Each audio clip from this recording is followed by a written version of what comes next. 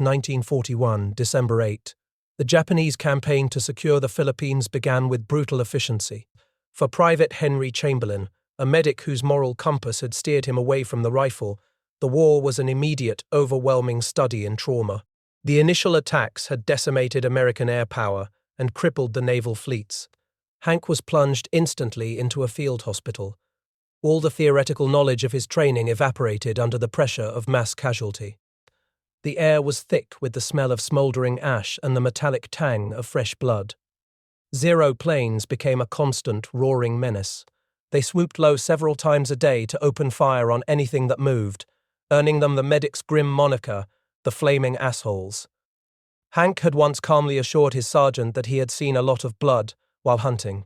Now he found himself utterly unprepared for this grueling green nightmare. He moved from patient to patient, his sole thought being triage and survival. He worked in a humid, oppressive heat where biting ants swarmed the foxholes. The sheer volume of the wounded demanded actions nothing he did that day had been covered in his training. The clinic ran dry almost instantly. This forced Hank and others into dangerous scavenging missions through devastated areas. The situation escalated rapidly, culminating in the order to move to Sternberg General Hospital in Manila. This facility had been the largest and best equipped in the Philippines, intended for 450 patients. It now held 1,000, descending into immediate chaos. The stench of burning flesh was nauseating. The lack of power compromised sterilization, leaving patients lying on floors slick with dirt and blood.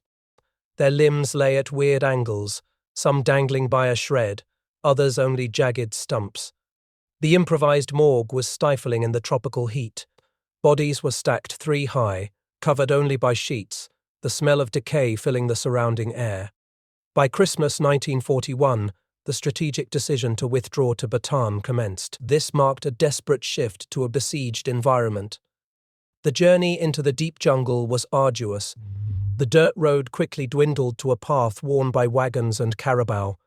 Rocks and roots rattled the jeep's journey, slowing its progress to a crawl. They hugged the shoreline, the coast rolling out into the distance on one side.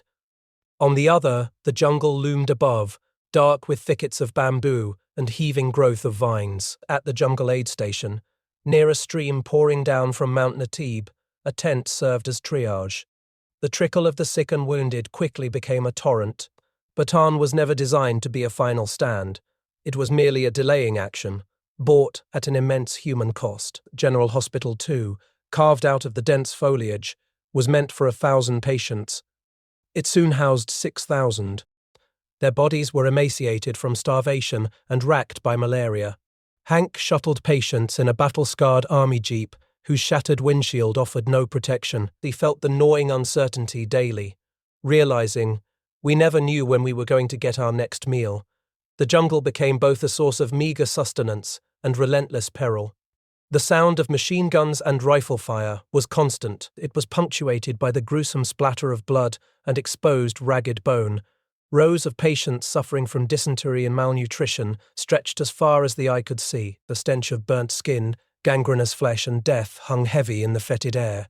This was amplified by the incessant swarm of flies and mosquitoes. With morphine scarce, Hank and his comrades were forced into the grim calculus of survival. They marked foreheads with an iodine X to prevent double dosing. At the recipient, this was a decision of life or death. Hank watched as an injury left uncovered for any significant time became fly-blown. The eggs would hatch maggots that would soon be eating the exposed tissue.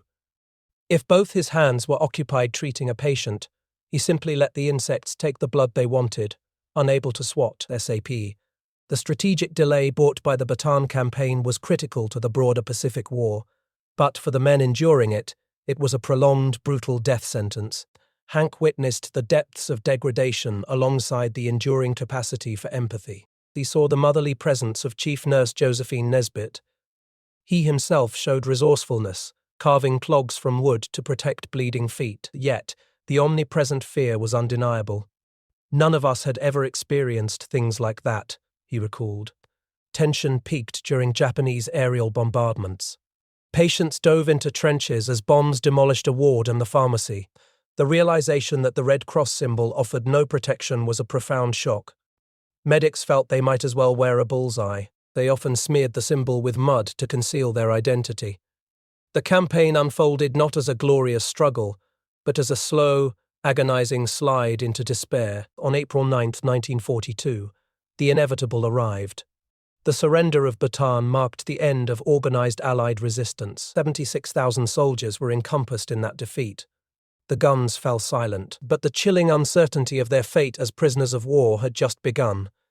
Even as American nurses were ordered to evacuate, many chose to stay with their comrades. This was a testament to solidarity in the face of unimaginable adversity. The soldiers, including Hank, stood waiting. Their immediate future was erased, replaced by the terrifying prospect of Japanese captivity. 1942, April 9th. The silence that followed the formal surrender of Bataan was more terrifying than the years of ceaseless bombardment. The 9,000 patients and staff remaining at Hospital 2, the shift from combatant to captive was immediate and brutal. Hank Chamberlain, standing amidst the chaos of the jungle hospital, saw the first Japanese soldiers arrive. Their faces were set in expressions of cold, victorious contempt. "That's when I knew this wasn't going to be good," he later recalled. Japanese military culture, steeped in the honor surrounding death in battle, viewed capture as shame. This culture fueled an immediate, palpable animosity toward the sick and injured prisoners. The looting began instantly. Japanese soldiers, hungry for revenge and supplies, moved through the wards like a plague. They seized every scrap of medical equipment, the precious remaining medicines, and all personal belongings. Hank watched as they ripped Red Cross banners from the grass huts. These banners had been stitched together from scraps of fabric in a desperate, futile plea for safety. The symbol was meaningless. Lieutenant Colonel Schwartz, the chief of surgical service, tried to intervene. He was slapped viciously across the face by a soldier whose laughter was chillingly devoid of humor. Filipino patients, unable to defend themselves, were summarily expelled. They were prodded with bayonets and spat upon with shouts of, "You go home." The hospital, once a sanctuary, was now rapidly becoming a strategic liability. Japanese artillery, including heavy 155mm and 75mm guns, was wheeled into the compound.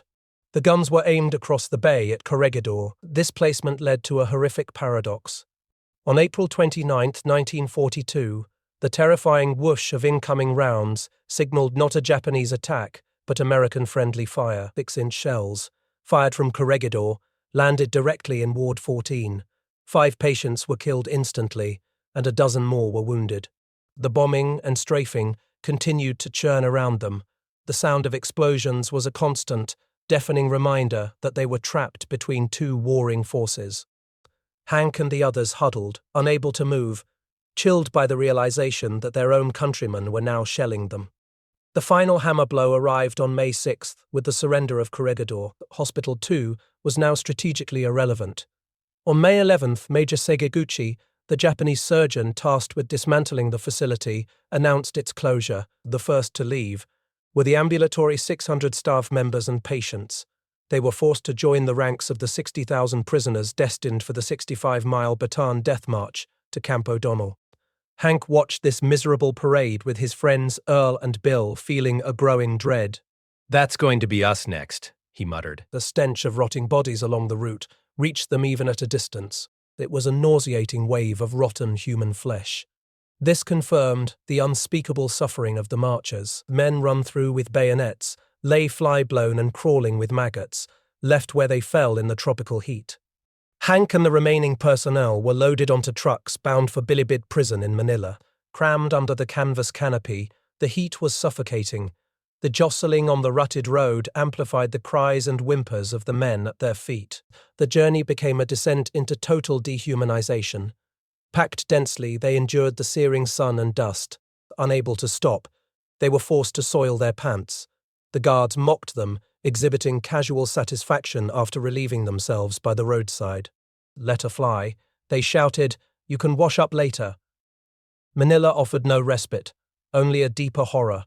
As the trucks passed through the city, Hank witnessed a scene that would etch itself into his mind forever. A Japanese soldier, in an act of visceral, casual brutality, impaled a baby on his bayonet and then stabbed the mother. Hank reflected that until those days in Manila, He had no idea that any human beings could be so brutal to others. The realization of the enemy's limitless cruelty cemented itself as a permanent scar. From Manila, they were shoved into boxcars. 90 men were crammed into each car, previously used for livestock. The barnyard smell warmed and intensified in the suffocating air. Bodies were pressed so tightly that the slightest shift caused agonizing pain. Sanitation was a nightmare, a communal bucket filled rapidly with urine and diarrhea, overflowing onto the floor surfaces already carpeted in filth. Mean flies, drawn by the stench, buzzed relentlessly. Fellow prisoners died in the hellish confines. Their cold, rain-soaked bodies added to the growing despair. The boxcar journey ended, giving way to a final, grueling 29-kilometer march to Cabanatuan. Hank and his comrades were now the dead version of their old selves. Their cheeks collapsed around their cheekbones, their collarbones pressing visibly through their shirts. Stumbling in the heat, Hank faced near execution. Only the desperate intervention of Bill and Earl saved him from the guard's rifle butt. Cabanatuan, Camp Pangatian, was a sprawling compound of primitive sanitation and immediate suffering. The rice rations were meager, mixed with grit and broken glass, often peppered with maggots. They received only warm water. The constant threat of malaria, dysentery, and infection was overwhelming. The air was thick with the foulness of the overflowing latrines and the pervasive greybacks. These lice crawled through their hair and pubic areas, relentlessly sucking blood. Modesty was a luxury they could no longer afford. They resorted to picking parasites off each other in a desperate, shared act of comfort. Here, Hank endured the nadir of his physical and psychological torment.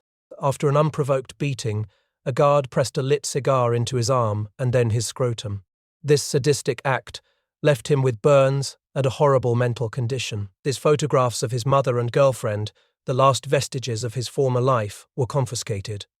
Yet, even in this abyss, subtle resistance flickered. Filipinos risked their lives, leaving small, cherished bottles and cans of water by the roadside. Hank learned the art of maintaining an expressionless face. He knew that a smile, a frown, or a rolled eye could instantly earn a beating. The arrival at Cabanatuan initiated the long period of organized suffering. The camp was immediately overwhelmed. The surge in deaths due to exhaustion, dehydration, and the diseases carried by the Death March survivors meant that bodies were stacked like cordwood beside the road. It was a stark testament to the brutality of prior camps. To maintain some semblance of order and dignity in the face of mass death, the highest-ranking man would count 1, 2. The remaining prisoners would then offer a salute to the deceased. The final grim measure was the implementation of dog tags placed inside the deceased prisoners' mouths for identification. It was a haunting, necessary symbol of lost identity and the desperate attempt at remembrance in the face of absolute horror. Hank Chamberlain, stripped of everything, stood within the wire. His moral stance against killing was now tested by the very desire to survive the unspeakable cruelty that surrounded him. The sprawling compound of Cabanatuan Philippine Prison Camp 1 quickly became a charnel house. Survival here was measured in ounces of rice and milliliters of clean water. By mid-1942, the camp was a study in systemic decay. The lack of sanitation, the overflowing latrines breeding thousands of larvae, and the constant, maddening toll of disease turned the compound into a grueling green nightmare. As many as 40 men died each day. This required an 80-man burial detail to inter the bodies in shallow mass graves. These graves often filled instantly with a foot of standing water after the soaking tropical downpours.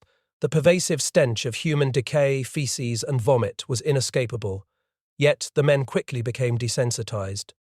The sight and smell often went unnoticed by those deep in the throes of their own suffering.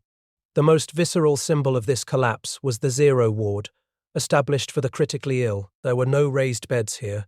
Patients lay on the bare, mud-packed floor, often naked, covered only by a single blanket. Hank Chamberlain and his friend Bill worked the Zero Ward, their tools reduced to the most basic elements. "We've got nothing but water and our hands," Bill often muttered, shaking his head. "No medicine, no casts, no bandages. What good are we?" They spent half their day simply brushing the black cloud of flies off the poor bastards. Their efforts were a desperate, futile gesture against the tide of death. The patients were walking skeletons, their bodies ravaged by starvation and disease. Their legs and arms sometimes bloated 2 or 3 times their normal size. Testicles were swollen like softballs, and ankles disappeared entirely. Some, facing the agonying mystery of their fate in the pervasive filth, simply surrendered to give up ites. Their will was extinguished long before their pulse. Yet, survival demanded action, often ruthless and always risky. The gnawing hunger drove the men to extraordinary measures. When the camp butchered a carabao, prisoners would suck the blood from the dirt where it had pooled. The dangerous clandestine operation known as the carabao tail racket emerged. Men risked severe beatings to slice off tails, cauterize the wounds with hot coals, and cook the meager meat. Even the bone was pulverized into powder for a nutritional supplement.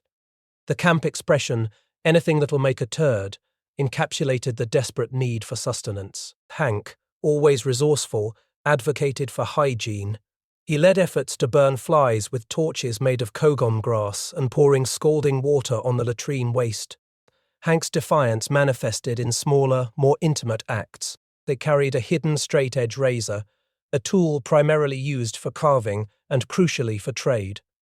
He offered head shaves, often having to command screaming, terrified patients to stop their damn noise because it was not helping. In a brazen act of self-preservation, he convinced a guard to trade food for a head shave. Hank reasoned simply that the guard would either take off his head or feed him. The guard accepted the gambit. With the razor pressed against the enemy's throat, Hank felt a terrifying surge of power that secured him a small, vital ration of food.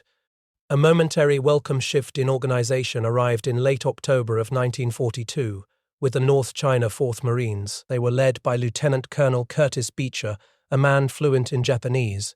Beecher implemented drainage ditches and wooden walkways, transforming the mud-caked, bacteria-filled compound into something slightly more manageable. But the brutality of the guards remained the constant backdrop. The men knew Commandant Masao Mori as Blood Mori. They knew Kasayama Yoshikichi simply as Slime. Mispronunciations during the daily bongo roll call led to immediate severe beatings. Guards struck them with canes, rifles, and fists, often to the smiling approval of the commanders. The threat was amplified by the implementation of the death squad policy. If one man escapes, the prisoners were told, "We shoot 10." The psychological strain of constant death was momentarily alleviated by profound acts of human connection. They established a camp choir, christened the Kabanatuan Cats.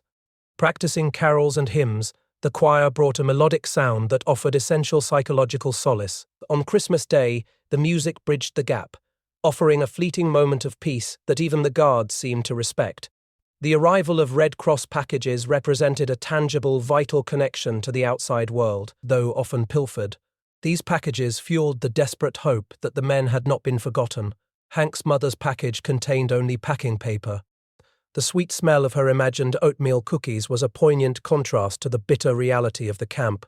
The camp soon suffered a devastating outbreak of diphtheria. This forced the creation of the Dip Ward, a semi-autonomous zone surrounded by barbed wire. The noise emanating from this ward was unlike any of the others, filled with the disturbing odor of the dying. Hank risked his life, fabricating a story about having already had diphtheria in order to volunteer there. He sought not only to escape the guards' arbitrary cruelty, but also to contribute to the desperate medical efforts. In a profound and paradoxical act of humanity, he and Dr. Brown even treated a Japanese guard who had contracted the disease. But the most potent symbol of resistance came not from within the wire, but from the outside. In early 1944, a local guerrilla unit launched an attack on the camp. It was a raw, violent act of Filipino defiance. Hank witnessed the aftermath. A Japanese guard, one of the cruelest, was found beheaded and impaled on a stake near the perimeter. The shock was visceral. Yet, Hank felt a surge of dark solidarity. It was, he thought, a solid point scored for the side of the Filipinos against the Japanese. It confirmed that resistance, even outside the walls, was very much alive. The American air raids over the Philippines in September of 1940 confirmed the tide was finally turning. The familiar buzzing pitch of Japanese planes was replaced by the deep, rumbling roar of American engines. When the prisoners of war saw the star insignia on the planes, elation erupted. Shouts of, "We're back," and "Look out, Japs, now it's our turn," echoed across the compound. This signal of impending rescue, however, also accelerated their doom. Recognizing the prisoners' value as slave labor and hostages, the Japanese began the systematic removal of men from Cabanatuan. In preparation for transport, 1905 men, including hundreds of doctors and medics, were assembled at Bilibid prison in Manila. As they marched to the pier, Filipino civilians lined the streets, offering smiles and encouragement. This was a fleeting, powerful contrast to the guards' hostility. Hank looked at his emaciated comrades, their bodies reduced to bony arms and legs. Many were limping with rudimentary, handcrafted crutches. They shuffled with the characteristic despondent gait of the malnourished. Then he saw the ship, the Henry Maru. It was a rusty tramp steamer, with a giant hollow red cross painted on its stack, riding high in the water. It was a terrifying, mocking symbol of aid. Stripped of all possessions, they began the bitter descent down the ladder and into the abyss of the hold. They were anticipating the next, darkest chapter of their captivity, the hell ships. The descent into the hold of the Henry Maru on October 1, 1944, was not merely a physical drop down a ladder, it was a plunge into a furnace of organized horror. Nicknamed the Benjo Maru, the toilet ship by the prisoners, the vessel was a floating coffin. 550 men were crammed into the dark, stifling cargo hold. The air was already thick with the stench of dried urine, feces, and coal dust. The air temperature soared to 108 degrees Fahrenheit within hours, rapidly becoming rancid and stale. Initially, the sheer panic of the overcrowding and heat caused the men to scream. Their anxiety and terror boiled over into a cacophony of sound. The guards responded with immediate, brutal efficiency. Shouts of "Stop the noise!" were quickly enforced by rifle butts and bayonets. This external threat catalyzed an internal, chilling conflict. Fear of drawing fire from the Japanese, or worse, alerting American submarines to their position, led to desperate, internal brutality. Men who made noise were quickly silenced by their own comrades. They were either strangled or bludgeoned in the darkness, punctuated by desperate, muffled shouts. "Get your damn feet off my balls!" one man yelled. "Oh, would you shut your fucking trap?" another cried. The two small toilet buckets were instantly overwhelmed, forcing men to soil themselves and those around them. In a final, desperate act of irony, the guards rinsed these buckets with salt water. Then they filled them with the precious freshwater ration, turning the ship into a stinking, self-contained toilet. The voyage through the South China Sea became a living nightmare of heat prostration and thirst. Weak from years of starvation, men lay back to back, struggling to find a sliver of space to doze. Their bodies were covered in angry streaks of lacerated skin. Across their backs, arms, legs, and buttocks, wounds caused by whippings from guards using jungle vines during their prior captivity. The starvation diet offered no defense against the oppressive heat and the maddening thirst. They received a thin lugao for breakfast, a cup of steamed rice and barley later, and a bucket of water. On the fourth day, the first doctor died and was buried at sea. Lieutenant Colonel Robert Gaskill, the ranking American physician, attempted to negotiate with the Japanese captain for better conditions. He was savagely beaten for his effort, that amidst this hell, Hank Chamberlain found a flicker of human ingenuity. Driven by the desperate need for space and a moment's comfort, he and a fellow prisoner named Boucher began a clandestine project. "What are you up to?" Boucher whispered, his voice thin and dry. Hank was working with a scavenged length of rope and a GI blanket. "I'm making a hammock," Hank replied. A hammock? Where will you hang it? Boucher asked. "On the stanchions, of course," Hank said. "I need to get off this floor." Boucher understood instantly. "They want to share a bit of rope with me," he offered. "I think I know what you mean, and I can help you." Working in the suffocating darkness, they tied the blanket corners to the metal vertical supports. This created a makeshift swaying bed above the filth. This hammock, a small measure of comfort, became a profound symbol of survival. It granted Hank precious space and air, though it forced him into a constant, agonizing calculus. Should he share it, or hoard the space desperately needed for his own survival? He compromised, allowing one other man to share the hammock in exchange for a tiny ration of rice. The terrifying paradox of the war came into sharp focus on October 11th, and Henry Maru arrived in Hong Kong. As the convoy sat in the harbour, the roar of approaching engines crescendoed. They were American planes, the US 14th Air Force, B-24s, B-25s, and fighter escorts, launched a bombing attack. The prisoners experienced a terrifying, exhilarating conflict. The roaring sound approaching the ship made Hank's ears ring. He thought, if a torpedo hits us, dear God, let it be a good hit. The planes whizzed overhead, dropping bombs that shook the harbor, yet Hank felt a perverse sense of gratitude. He reflected that the only reason they were not sunk was because the Americans did not think their ship was worth a torpedo. They were riding high in the water and not worthy of being bombed, with so many other rich targets available.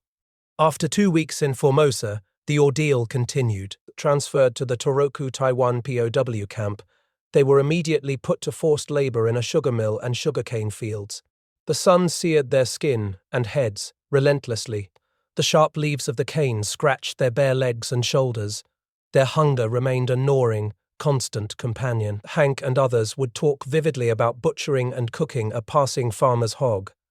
"What I wouldn't do to get my hands on that pork," Hank exclaimed, imagining making blood sausage just to taste protein again. Hank, ever the survivor, cultivated a small garden in the schoolyard. This defiant patch of yellow blooms, dandelions, was a quiet, hopeful scene that contrasted sharply with the surrounding despair.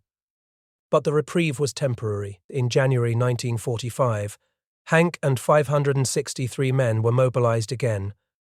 They sailed on the Benjo Maru to the Japanese mainland. Their arrival in Moji on January 30th marked a transition to a colder, more overtly hostile environment. The chilling realization hit Hank instantly. It wasn't just cooler, it was actually cold. The breeze cut through him, raising goosebumps as he shivered, wrapped only in the ragged remnants of his uniform. It was a sensation he hadn't felt since leaving Washington State. Their destination was the Sendai No. 3B compound, the Hosakura Branch Camp, nestled in the O Mountains of northeastern Honshu. They were greeted with a chilling declaration: "You are the enemies of Japan, and you will be treated as such. You will work hard in the mine. Those who don't will be punished." The civilian population, suffering under relentless American bombings, met them with open contempt. Children lined the narrow road, hurling insults, debris, and rocks. Adults watched with disgust on their faces, pressing handkerchiefs to their noses to fend off the bad smell of the POWs. The men were plunged into the deepest level of forced labor. They were sent to the Mitsubishi Lead and Zinc Mine, a 36-mile series of underground tunnels. They worked 10 to 12 hours a day, chipping at rock. The air was filled with the dark, dusty air and the metallic smell of the place. The underground work was a cacophony of falling rocks, the clang of pick striking rock, the shouting of Japanese, and the occasional thud of weapon on flesh. The barracks offered no respite, lacking glass and covered with loose-fitting shutters. They were freezing. Hank lay on a hard plank, his skinny hips and ribs protesting, with only 2 thin blankets. Snowfall meant piling the paltry ration of coal into the stove, blowing on chilled fingers. But the water in their canteens still froze overnight. Malnourishment, combined with the extreme cold, led to pneumonia and beriberi. The meager, baseball-sized ball of rice was insufficient, driving men to desperation. Them resorted to eating the coal tar smeared on the walls for insulation, a measure that caused immediate, severe diarrhea that dribbled down their legs and onto the mine floor. Medical care was non-existent. Medic Gaskill guided them in using boiling mud as an abrasive for cleaning wounds, sterilizing it over the fireplace. The guards, reinforced by the Ministry of War's Hiho-Sochi policy, escalated the brutality. This directive ordered them to kill or wound prisoners without delay. Beatings from canes, rifles, and fists were constant, often delivered by commanders who smiled at the abuse. Yet, even in the depths of the mine, resistance persisted. The POWs maintained agency through subtle, dangerous defiance. They deliberately discarded tools like shovels and wrenches into the smelter, ensuring the Japanese war effort was denied material. They disseminated lice and fleas onto their tormentors, a silent, biological warfare. Hank, chipping rock, contemplated the sour taste of the dirt and insects in their rice. He remembered the extreme hunger that once led him to consider eating his own shoelaces. The psychological warfare continued. In April 1945, the announcement of President Roosevelt's death was delivered with somber pronouncements by the guards, meant perhaps to demoralize the prisoners. it achieved the opposite. The prisoners exchanged bewildered questions about his successor, Harry Truman. Their uncertainty about the war's duration deepened, and their status as soldiers at war, determined to prevent the Japanese from gaining material from the mine, remained unwavering. The most potent act of defiance occurred when a brutal guard, a man who relished abuse, was pushed to his death by a cart in the mine tunnels. The act, born of collective rage, elicited a mixture of relief and haunting among the men. Later, during an unprovoked beating, a young, fearful guard struck Hank. Instead of shrinking, Hank burst into laughter. It was a raw, defiant sound that signaled his realization of the enemy's weakness and the sheer absurdity of their plight. He had endured the hellships and the furnace of the mine, reduced to sagging skin, sunken eyes, and prominent bones. But his spirit had not broken. He was still fighting. 3 years after the war began, the grueling green nightmare of the Hosakura mine seemed only to intensify. That the slow dwindling of competent labor among the miners and guards alike hinted at the larger collapse of the Japanese war machine. On one stifling hot evening in August 1945, the familiar, irritating buzzing pitch of Japanese planes was suddenly replaced by a deep, powerful rumbling sound. It was a sound unlike any they had heard. Then came an eardrum-splitting crash that rattled the loose-fitting shutters of the barracks. When the dust settled, a tower of smoke rose, black against the pale sky. The prisoners poured out, staring up. They recognized the unmistakable silhouette of a B-29. The insignia, stripped of the red sun symbol to avoid resemblance to the enemy, was undeniably American. Jubilation erupted with shouts that tore through the years of enforced silence. "We're back, goddamn, we're back! We're going home, we won the war." The pilot, in a gesture of unmistakable triumph and recognition, performed a barrel roll 180 degrees, coming at them full speed on its head, waggling its wings. The final, official word came just days later. It was August 15th, 1945. Commandant Ishizawa, the very man who embodied cruelty, stood before the assemblage of prisoners. These men were reduced, in his own words, to nothing but a bag of bones. He announced the war's end with simple, unbelievable words: "You go home." A moment of stunned silence enveloped the camp, absolute and total. Then, a roar of elation shook the U Mountains. The arrival of the first American GIs brought clean, crisp new uniforms and the overwhelming sight of abundance. Henry Chamberlain, weighing a skeletal 98 pounds, stood before a crate of food. He picked up a simple red apple, polished and perfect, a potent symbol of freedom and sustenance. The taste of that fruit brought him instantly to his knees, tears streaming down his gaunt face. But liberation was not a clean break. The years of pent-up rage demanded immediate release. Hank soon encountered a former guard, the son of a bitch, who had overseen countless beatings. A surge of instinctual, blinding violence took hold of him. Hank lunged forward, his bony hands finding the guard's throat. The urge to kill was overwhelming. He had spent years clinging to his moral stance against taking a life, even in his role as a medic. Yet, in that moment of absolute freedom, he considered ending the guard's existence, finally exacting retribution for years of barbarity. He stopped himself just short of the act. The violence dissolved into a symbolic, cathartic release. Later, seeing a different Japanese man confined in a cage, Hank offered a slow, deliberate applause. It was a potent statement of reversed roles. Post-surrender, the guards were suddenly uncharacteristically polite, even offering smiles. They desperately tried to protect the former POWs from civilian reprisals. The journey home revealed the devastating scope of the war. As Hank traveled through Japan, the landscape was a total wasteland. The smell of smoke was everywhere. Burned wood, he noted sadly. The whole country seemed scorched to the ground, stretching for miles of ruins. Entire blocks of homes had been flattened like sandcastles. In the wreckage, he witnessed the widespread suffering of the Japanese civilian population. He saw a skeletally thin woman with a scrawny child that was motionless, exhausted by hunger. It was a harrowing echo of the starvation he himself had just endured. The return to America was another battle entirely. Hank discovered his mother had believed him dead, having placed a gold star in her window. His girlfriend Kathy, mourning his loss, had moved on with her life. His friend Harry Brown, believing himself lost and forgotten, committed suicide after his wife remarried. Society, cushioned by victory, often met the POWs' accounts with disbelief. Hank's own mother trivialized his suffering. She compared his ordeal to her own minor deprivations, saying, "You think the war was hard for you. We suffered too," she insisted. "There were times we had no butter, even no sugar, if you can imagine that." This profound lack of comprehension fueled a lingering rage that refused to dissipate. "World War II is never over for me," he admitted, "or for anyone who was affected by it. It always continues." He married Dorothy Wannenberg, built a new life, and prayed every night.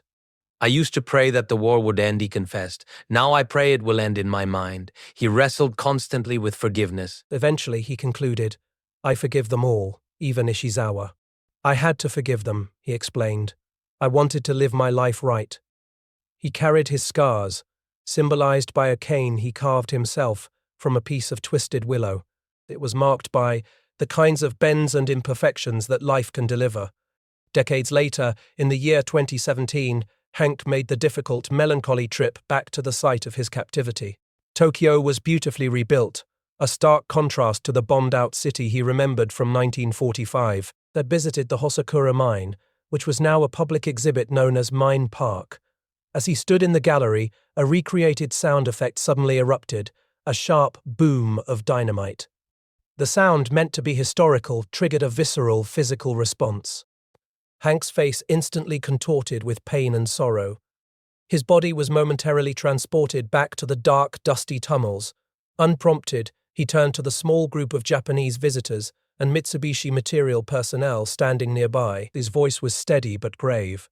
He recounted an incident deep within the mine, a moment of collective desperation and rage. A POW sergeant, unable to endure the brutality any longer, twisted the neck of a particularly vicious Japanese guard. He then shoved the dying man down a vertical shaft to his death. It was a homicide, unaccounted for in history. The confession landed in the room with stunning force. It was met by absolute silence. Yoshiko, one of the visitors, later surmised that Hank might have wanted to let us know the painful and miserable circumstance in those days through this one example. Hank acknowledged the turmoil of the moment. He confessed that he was in turmoil, remembering the past, reliving what I had tried to put aside. He felt a restive sense of spirits not yet at peace. The Mitsubishi Material personnel, heirs to the company that had exploited his labor, offered a formal apology. Hank accepted this gesture, recognizing it as a crucial step towards healing. He stated plainly that there will never be closure. He expressed a profound hope to never see unchecked rage seize a society again, or see a government sanction or sponsor that rage. For Henry Chamberlain, whose extraordinary resilience had carried him through the hellships and the dark mines, the final truth remained unwavering. For those who endured its anguish, war never ends. If you value these historical accounts, please subscribe to the channel and like this video. It helps us preserve these stories. And please, share your own memories or thoughts in the comments below.